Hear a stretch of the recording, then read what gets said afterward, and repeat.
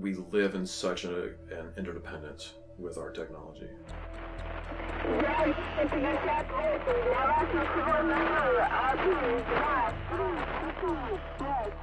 We are interdependent with our technology in the same sort of sense of that things are symbiotically interdependent in biology, where if you remove one object or one half from the other, they both die. That there's this level of interconnectedness that requires that they both function as a singular unit. And you see that in humanity with our relationship with technology. If you take your average person, you pick them up and you drop them off into the middle of nowhere, they're going to die pretty quickly, simply because they do not have access to all these things that they've grown up with from birth.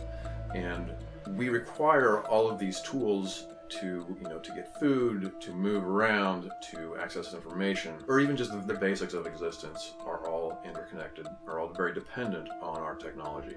And if you remove us from those, we wither and die. And it's the same for our technology too. If you can view it as a living organism in a sense, once you remove the caretakers of it, it will soon rust, deteriorate, and be gone in pretty short order. I wanted to see what kind of a society could be made that was built around that concept.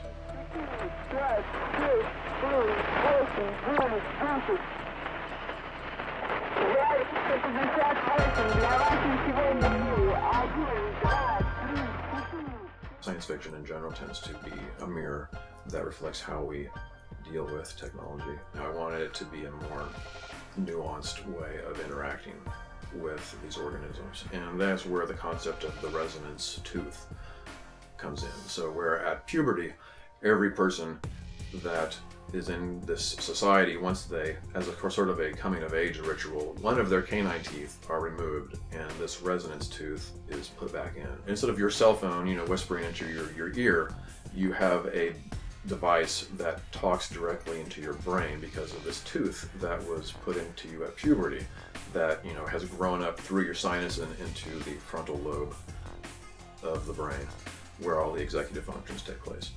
And that allows communication between you and the biological engines that are the driving force behind technology.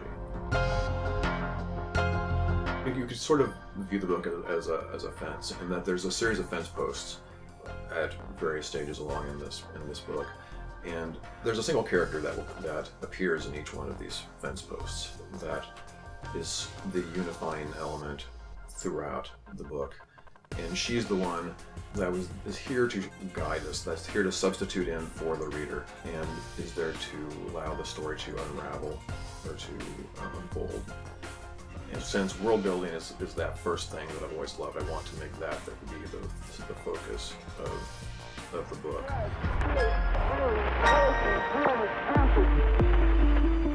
I'm very much interested in making a very high quality book here. I don't want to make something that is made to be read and disposed of. So that's why this is going to be a very large, 11 by 17 landscape format. The only way that anybody will be able to get this book is through the Kickstarter. There's not going to be any of these books made after the Kickstarter is over. So this is going to be a limited edition book. I want to provide a world building toolkit of sorts where I have this fully realized, fleshed out world that anybody can take and they can just start out running with it. This is part of the reason why it's going to be released into the Creative Commons. If they make tabletop games, if you make video games, if you write, you have all the artwork and conceptual design that they need done. Well, I can get very detailed with what's happening here. I can make languages, multiple religions. The level of complexity that I can get into here is pretty intense. And I'm rather excited to get to be able to make that level of detail available. This is a whole book of pure, unadulterated Stephen Sanders imagination. I mean, for me, that's the part I'm excited about. I'm Jason Aaron, and I will for sure be buying my copy of Symbiosis.